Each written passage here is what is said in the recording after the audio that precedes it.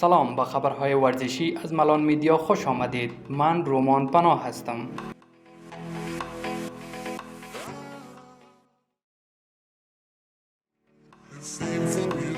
تیم ملی فوتسال افغانستان پس از شکست قرقیزستان و ازبکستان امروز به مصاف ایران خواهد رفت. تیم ملی فوتسال افغانستان امروز در مسابقات قهرمانی فوتسال آسیای میانه CAF به مصاف ایران می رود. پیش از این تیم افغانستان توانست با نتیجه 4-5 قرقیزستان و 3-4 ازبکستان را شکست دهد.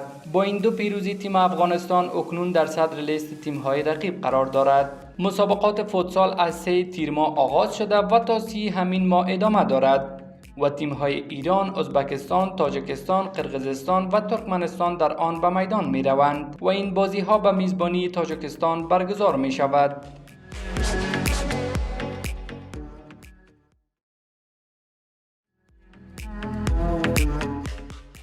رقابت‌های والیبال میان 16 تیم از سوی آمریت ورزشی ولایت نورستان زیر نام اتحاد جوانان و قریه ننگراج ولسوالی نورگرام این ولایت آغاز شد. در این رقابت‌ها تیم‌های مامو الف، مامو ب، دیرین، ازهار، هیبتلام، ننگراج الف، ننگراج ب و غیره حضور دارند. در دیدار نخست این رقابت تیم مامو الف با تفاوت 2-0 تیم دیرین را شکست داده و به دور بعدی صعود کرد.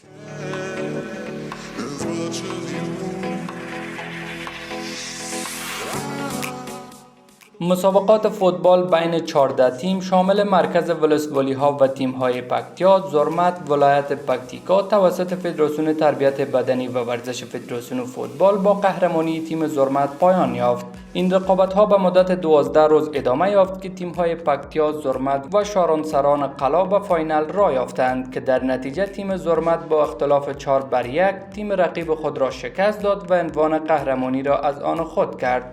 نباید فراموش کرد که هدف از برگزاری این مسابقات تشویق جوانان به ورزش بوده و همچنین در پایان این مسابقات به تیم‌های برتر هدایای اهدا شد.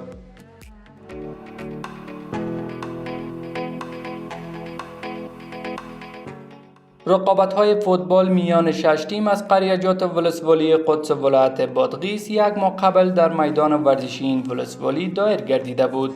روز گذشته با قهرمانی تیم طوفان خراسان به پایان رسید. در این مسابقات تیم‌های طوفان خراسان، شاهین، ستارگان، اتحاد، لیسه انصار، کوهستان به هدف تشویق جوانان به ورزش و انتقال ورزش از مرکز به ولسوالی‌ها با هم به رقابت پرداختند.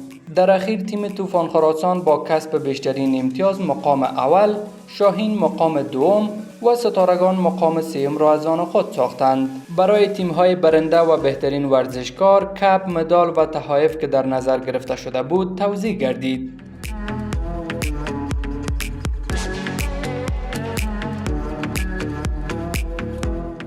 با گزارش خبرگزاری فارس، پروژه بزرگ عربستان سعودی برای جذب لیونل مسی ابرستاره آرژانتینی و قهرمان جام جهانی 2 ماه پیش به بنبست خورد.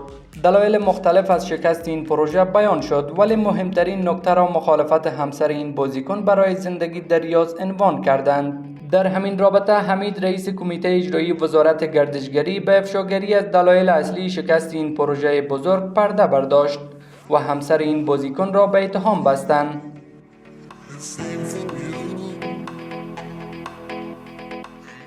نمایش رونالدو در مقابل ستارگان پاریس. ابرستاره پرتغالی روز گذشته به همراه النصر عربستان مقابل پاریس در یک بازی دوستانه حضور پیدا کرد که در نهایت این بازی با نتیجه تساوی بدون گل به پایان رسید.